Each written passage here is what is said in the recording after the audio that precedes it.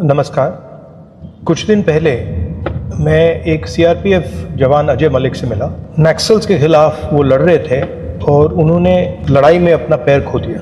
मैं उनसे मिला, परिवार से मिला, बहुत कॉन्फिडेंट थे, होप नहीं हारे थे, लड़ना चाह रहे थे। मतलब एक पैर नहीं था तब भी वो जाकर देश के लिए लड़ना चाह रहे थे। और उन्होंने एक शिकायत की। उन्होंने कहा कि देखिए, मैं जान देने को तैयार हूँ, मगर मेरा जो संगठन है, मेरा जो ऑर्गेनाइजेशन है, वो मुझे 15 साल से उसने मुझे प्रमोशन नहीं दी। इस देश में अजय मलिक अकेला नहीं है, लाखों अजय मलिक हैं। वो अपनी पूरी जिंदगी देश को देते हैं। वो सेंट्रल पैरामिलिट्री फोर्सेस के लिए काम करते हैं, शहीद होते हैं, डिसेबल होते हैं, मगर उनके जो संगठन है, उनकी लीडरशिप अजय मलिक जैसे लोगों को कभी नहीं मिल सकती। You'll be surprised to know that no paramilitary force in India has been led by an officer who has risen up the ranks of the paramilitary forces. एक भी ऐसी paramilitary force नहीं है जिसकी टॉप लीडरशिप उन्हीं के अंदर से आई है। टॉप लीडरशिप पैरामिलिट्री फोर्सेस पर इंपोज की जाती है। ये बिल्कुल गलत है। Why is it wrong? Because paramilitary forces have certain skills, certain understandings. I've worked with paramilitary forces now for 20-25 years. They look after my security. They have particular niches they work in. ITBP has a particular skill. BSF has another skill. CRPF has another skill. These skills are valuable. इनका जो अभ्यास है, ये सबसे जरूरी चीज है। और उन्हीं अफसरों को लीडरशिप मिलनी चाहिए जिनके पास ये अभ्यास है।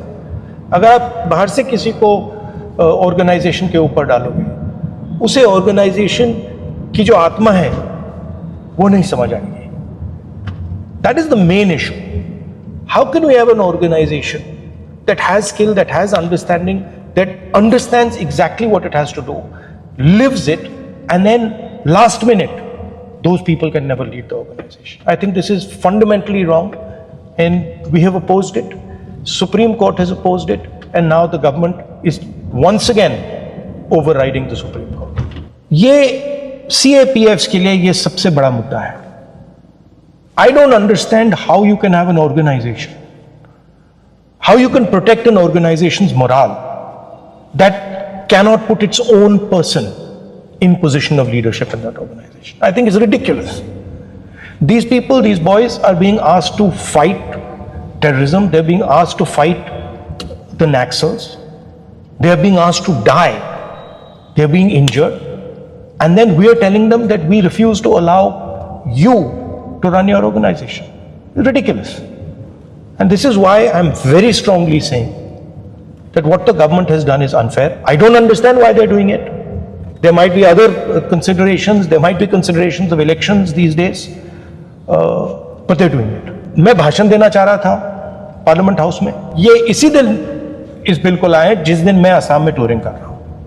मैंने कल मैसेज भेजा सरकार को कि मैं इस पे बोलना चाहता हूँ, इसको थोड़ा आप आगे पीछे कर दीजिए। उन्होंने रिफ्यूज किया। वो नहीं चाहते कि मैं पार्लियामेंट हाउस में ये बात बोलूँ।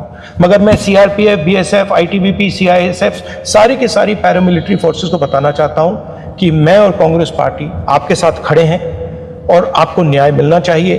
हमारी सरकार आएगी तो हम आपको न्याय देंगे 100%।